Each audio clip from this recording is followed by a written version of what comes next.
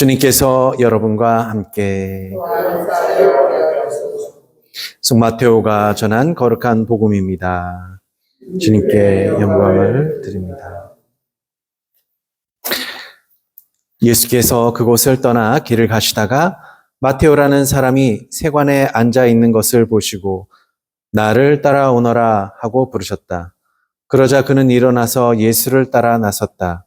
예수께서 마테오의 집에서 음식을 잡수실 때에 세리와 죄인들도 많이 와서 예수와 그 제자들과 함께 음식을 먹게 되었다. 유다 사람들은 이방인을 죄인이라 부르며 경멸하였다. 이것을 본 바리사이파 사람들은 예수의 제자들에게 어찌하여 당신네 선생은 세리와 죄인들과 어울려 음식을 나누는 것이요? 하고 물었다. 예수께서 이 말을 들으시고 성한 사람에게는 의사가 필요하지 않으나 병자에게는 필요하다. 너희는 가서 내가 바라는 것은 동물을 잡아 나에게 바치는 제사가 아니라 이웃에게 베푸는 자선이다 하신 말씀이 무슨 뜻인가를 배워라. 나는 선한 사람을 부르러 온 것이 아니라 죄인을 부르러 왔다 하고 말씀하셨다. 예수께서 이 말씀을 하고 계실 때에 한 회당장이 와서 예수께 절하며 제 딸이 방금 죽었습니다. 그렇지만 저의 집에 오셔서 그 아이에게 손을 얹어주시면 살아날 것입니다 하고 간청하였다. 예수께서 제자들과 함께 일어나 그를 따라가셨다. 마침 그때에 12해 동안이나 하혈병을 앓던 어떤 여자가 뒤로 와서 예수의 옷자락에 손을 대었다. 예수의 옷에 손을 대기만 해도 나으리라고 생각하였던 것이다. 예수께서 돌아서서 그 여자를 보시고 안심하여라. 네 믿음이 너를 낫게 하였다. 하고 말씀하시자 그 여자는 대뜸 병이 나았다. 예수께서 회당장의 집에 이르러 피리 부는 사람들과 곡하며 떠드는 무리를 보시고 다들 물러가라. 그 아이는 죽은 것이 아니라 잠들어 있다. 하고 말씀하셨다. 그러나 사람들은 모두 코웃음만 쳤다. 그 사람들이 다 밖으로 나간 뒤에 예수께서 방에 들어가 소녀의 손을 잡으시자 그 아이는 곧 일어났다. 이 소문이 그 지방에 두루 퍼졌다. 주님의 복음입니다. 자리에 앉으십시오. 성부와 성자와 성령의 이름으로 아멘. 오늘 복음은 이렇게 좀 짧기가 되어 있죠. 한 3개의 일화를 전하는데요. 어떻게 보면 다 기적에 관한 이야기입니다. 기적에 관한 이야기인데요. 첫째 이야기에서 보면, 일화에서 보면은 사실 부르심에 관한 내용이죠. 원래 마테오, 부자인 세리 마테오가 이제 어떤 한 사람을 만나서 지금까지와는 전혀 다른 삶을 살게 된다는, 따지고 보면 이것도 구원의 기적 이야기입니다. 둘째는 예수님의 옷에 손댄 사람이 여럿이었지만 한 여인만이 믿음으로써 구원을 받습니다. 병이 나았지만 사실 이 이야기도 기적이지만 구원의 이야기입니다. 세 번째는 이미 죽었으나 예수님의 능력을 믿어 부활을 누리는 기적 이야기입니다.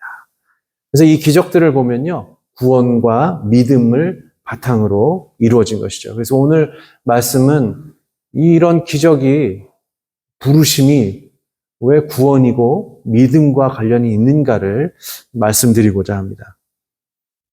근데 구원이 뭘까요? 구원. 이거 초등학생한테 물어봤더니, 구원은 그것도 모르세요? 10원에서 1원 뺀 게 구원이죠. 초등학생들, 어린 유치원생들은 그렇게 대답도 하고 그럽니다. 그러니까는, 잘 모르죠. 어린아이들이 구원을 어떻게 알겠어요? 구원이 뭔지를. 아주 간단하게 해서 구원이 뭘까요? 도대체 구원이. 구원. 구원의 반대말이 뭐예요? 비구원이라고 하는데, 우리가 뭐라 그럴까요? 네. 구원이 아주 간단하게 설명하면, 지금 내가 아파요. 몸이 아파요. 그러다가 약을 먹고 혹은 그래서 병이 나았어요. 그럼 그게 구원인 거예요. 따지고 보면 그렇습니다. 아주 간단하게 말해서 그렇습니다. 간단하게. 또 이렇게 몸과 마음의 병에서 벗어나서 건강을 되찾는 게 사실 구원이라고 할 수 있죠. 또 어떤 사람이 사업을 합니다. 근데 자금이 너무 부족해요. 이것만 풀리면 사업이 계속해서 더 번창할 텐데 그게 없으면은 이 지금의 당장의 자금이 없으면은 망하게 됩니다. 근데 여차저차해서 자금이 들어왔어요. 그럼 그 사업이 망하겠어요? 안 망하게 됐어요. 그러면 그 사람 입장에서는 이게 구원인 거죠. 그리고 만약에 돈을 빌려준 사람이거나 그랬으면 그 사람이 뭐라고 생각했어요? 아이고, 나를 구해준 사람. 그렇게 이야기를 하겠죠. 간단하게 말해서는 그렇습니다. 또 누군가가 나를 맨날 때리고 괴롭혀요. 근데 그 사람이 결국에는 철컹철컹 잡혀 들어갔어. 그럼 나는 어때요? 이제 괴롭지가 않아요. 그것도 사실은 구원인 겁니다. 내가 잘못을 막 저질렀는데 그래가지고 누군가에게 죄도 저지르고 막 그랬는데 그 사람이 나를 그래, 다 용서해 줄게. 아이고, 나 다 철없을 때 한 일이니까 우리 그러지 말고 이제 또 새롭게 살아가자. 그러면 그게 구원인 겁니다. 그러니까 우리가 구원을 거창하게 생각해서 아이고, 예수님 믿고 뭐 그래야 내 죄를 씻고서 나의 모든 죄를 다 없애버리고 그래서 하늘나라 올라가는 게 그것만이 구원은 아니다. 그것만이 구원은 아니다. 라는 겁니다.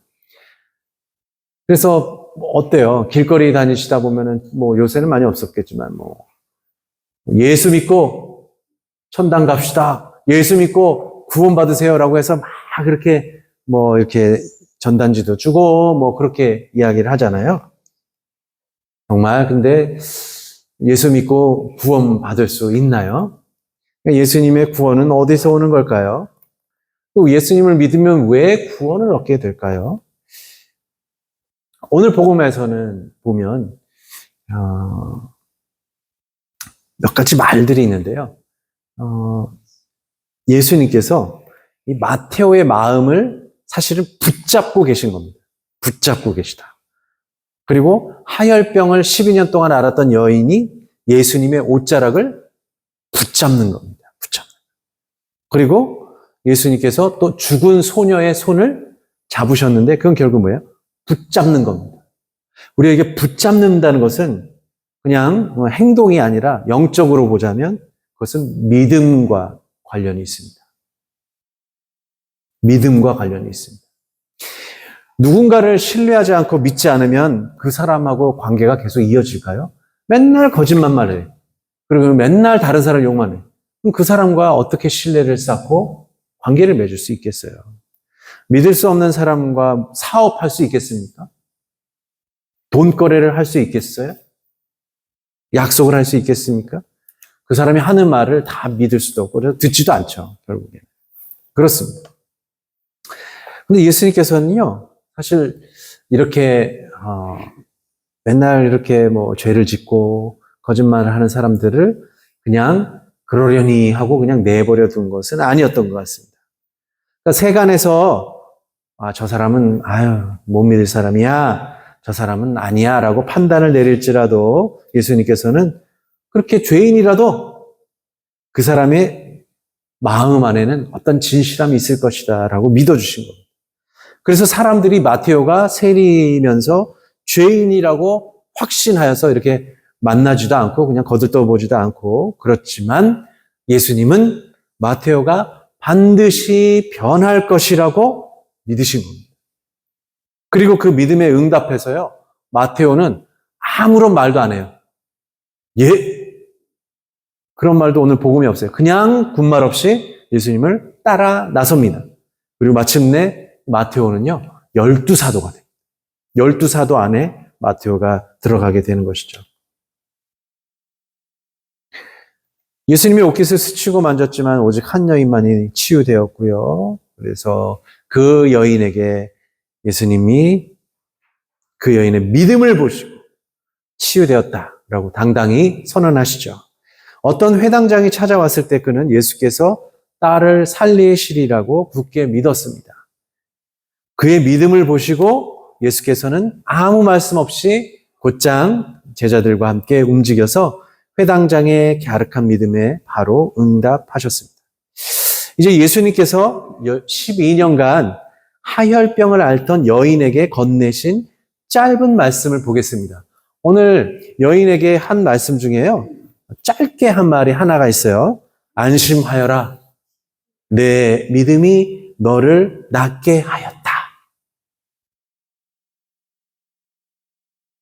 여기서 너를 낫게 하였다라는 말을 원래 이건 의역을 한 것이어서 원래 그 그리스어 성서를 보게 되면 뭐라 구원되었다 이런 말. 너의 믿음이 너를 구원하였다 라고 이야기합니다. 그래서 여기서 믿음을 통해서 건강하게 되었다, 믿음이 너를 건강하게 만들었다는 아주 1차적인 차원이고요. 더 깊은 차원에서는요, 이 구원되었다라는 말이 너의 믿음을 하느님께서 받아주셨다. 그리고 너의 믿음이 예수 그리스도께서 말씀하신 나의 믿음과 나와 너의 믿음이 너와 하느님과 결합시켰다. 이런 말로도 해석이 가능합니다. 좀 처음 들어보셨을 수도 있겠지만 믿음이 너와 나를 결합시켰다. 믿음이 그 믿음을 하느님께서 받아주셨다라는 것입니다. 하느님께서 받아주시고 그리스도와 나를 그리고 나를 하느님과 결합시키는 것, 그것이 구원입니다. 그것이 구원입니다. 천국에 가고 지옥에 떨어지지 않고 그러한 차원이 아니라 이 세상에서 구원되었다는 것은 나의 믿음을 하느님께서 받아주셨다. 그리고 나의 믿음이 나와 그리스도를 그리고 나와 하느님을 결합시켰다라는 뜻입니다. 그게 구원인 거예요. 그래서 이 믿음은 세상에서 믿는 신앙이 아닌 거예요. 이렇게 저렇게 하라 그런 믿음이 아니라 예수 그리스도의 사랑에서 출발해서 하느님께서 받아주시고 하느님과 결합되어야만 구원으로 드러나는 믿음이라는 것입니다. 그래서 오늘 예수님은요, 세리에 대한 세상 사람들이 믿는 거를 그런 편견을 듣지 않으셔요. 그리고 오직 죄인이 구원받기를 바라시고 그 죄인의 마음 안에도 믿음이 있다는 거예요. 걸려야 돼요. 걸려서 연결되고 결합되고 그 믿음이 결국 하느님께 받아들여지기를 예수님이 바라신 겁니다. 그 당시에 또 하혈병을 앓는 여인은요, 피를 흘리니까 이게 부정하다고 여겼어요. 피 흘리는 사람하고 만지면 나도 부정해져. 더러워진다 이렇게 생각합니다. 더러워진다는 것은 죄가 옮는다는 말이에요. 아유, 나도 죄가 옮겨진다. 왜 저 사람은 어떤 죄를 졌길래 병에 걸렸냐? 그렇게 생각하던 사람들이었습니다.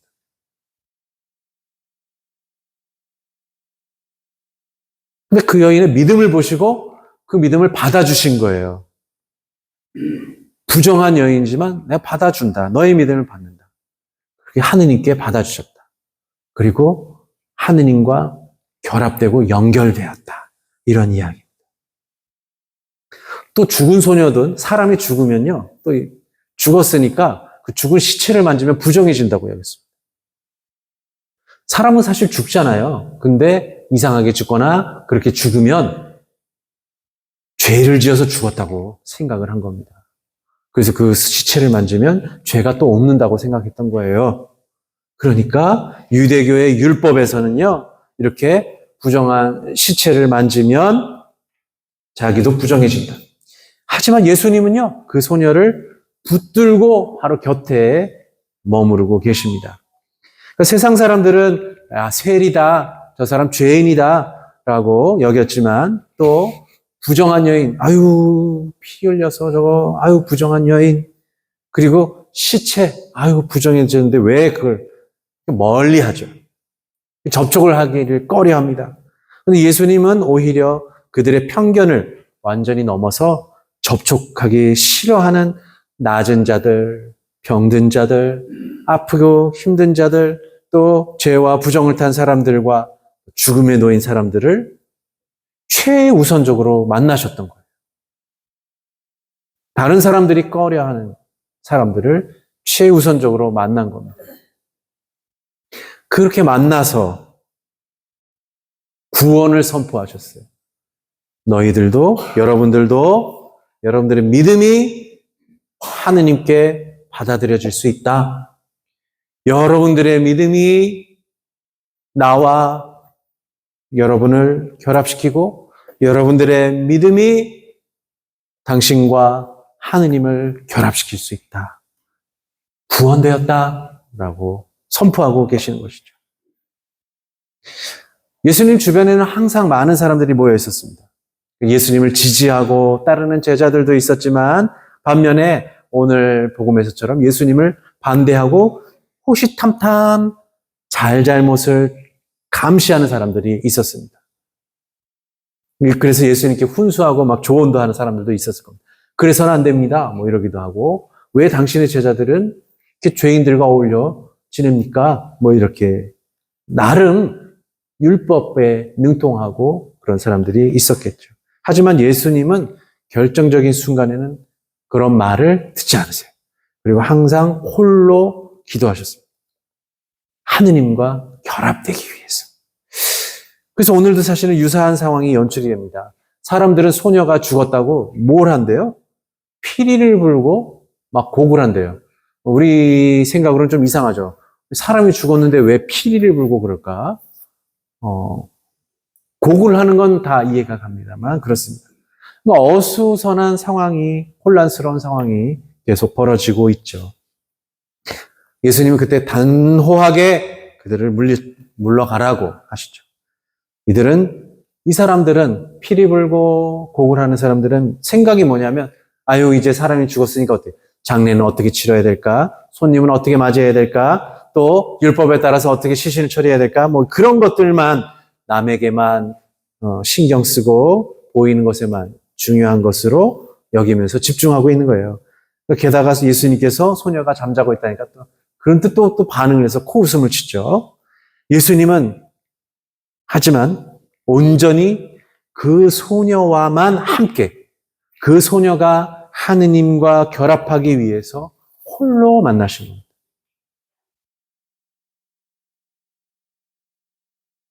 우리의 믿음이 구원을 불러오는 게 맞죠.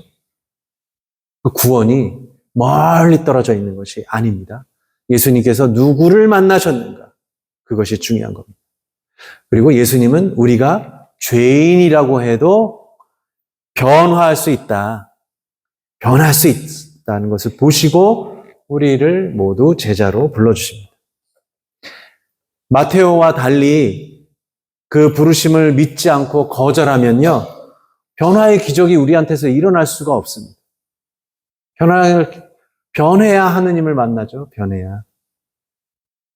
12년간 하혈병을 앓았던 여인의 간절한 믿음의 기도가 없다면 예수님의 옷자락을 참는다 해도 기적은 일어나지 않습니다. 왜냐하면 믿음이 빠졌기 때문에 그렇습니다.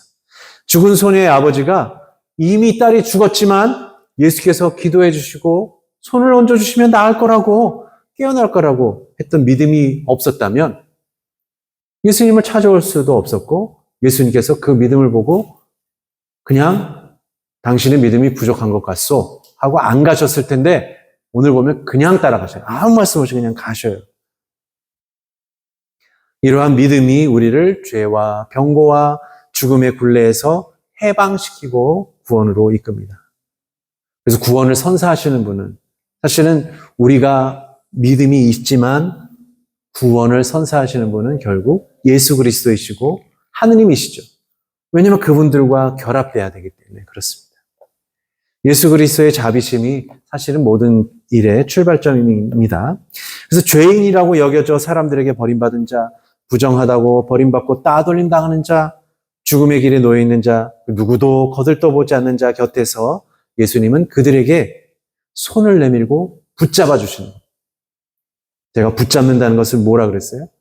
믿음의 행위라고 그랬죠. 믿음의 행위. 붙잡아야 되는 것이죠. 물론 예수님께서 붙잡아 주시는 것이 더 많지만 우리도 여인처럼 붙잡아야 되는 일도 있습니다. 믿는 이들에게는 결국은 버려지지 않고 예수께서 구원의 손길을 내밀어 주신다는 것을 우리는 오늘 복음에서 볼 수 있습니다. 그분은 누구도 손잡아주지 않는 사람들을 가장 먼저 찾아가시고 함께 그들과 계십니다. 그들 곁에서 그들을 붙잡음으로써 하느님께서 그들의 믿음을 받아주시게 되었고 그들의 믿음이 그리스도와 하느님과 결합되었습니다. 우리가 항상 묻죠. 하느님의 뜻이 어디에 있고 또 구원은 어디서 오는가? 그 표징은 오늘 예수님께서 보여주신 첫 번째 일이 그것인 것 같습니다. 따돌림 당하고 버림받고 죽었고 무시되고 죄인이라고 여겨졌지만 그들을 우선적으로 만나시고 함께 계시고 그들을 붙잡아 주신다는 사실이 첫 번째입니다. 예수님께서 그들과 함께 계시지 않는다면 그들의 믿음이 예수님을 붙잡을 수도 없고 예수님이 그들의 믿음을 붙잡을 수도 없어요. 그러면 그 믿음을 하느님께서 받아주시기가 너무 어렵고 하느님과 그들의 믿음, 그들이 결합되기가 어렵습니다. 교우 여러분, 우리가 하느님의 뜻을 찾고 그분과 결합하여 공동체의 일을 정말 결정하고 있는지 한 번쯤 반성해 볼 수 있습니다. 또한 우리가 신앙생활을 하면서 정말 내가 하느님의 뜻을 찾고서 신앙생활을 하고 있는지 안 하고 있는지 반성해 봅시다. 예수님은 홀로 기도하시고 또 가장 중요한 일을 죄인들과 병자들과 버려지고 부정하다고 여겨지는 이들과 함께 있는 일로 여기셨습니다. 우리가 예수 그리스도를 따른다면 그분에게서 배워야 합니다. 먼저 그렇게 가 있고 우리의 믿음이 하느님께 받아들여지고 이를 기도해야 되겠고 우리의 믿음을 통해서 나와 하느님과 결합되기를 기도해야겠습니다. 우리의 죄를 다시금 살피고 우리의 병이 나의 병이 무엇인지 나의 죄가 무엇인지를 찾고 우리가 살아있는지 죽어있는지를 진지하게 예수님과 함께하며 돌아봐야 되겠습니다. 우리의 믿음이 우리를 구원하도록 예수님을 따라 배우고 기도하여 그분께서 마테오를 부르셨듯이 우리를 불러주셔서 변화하는 사람들이 되기를 주님의 이름으로 기도합니다. 성부와 성자와 성령의 이름으로 아멘.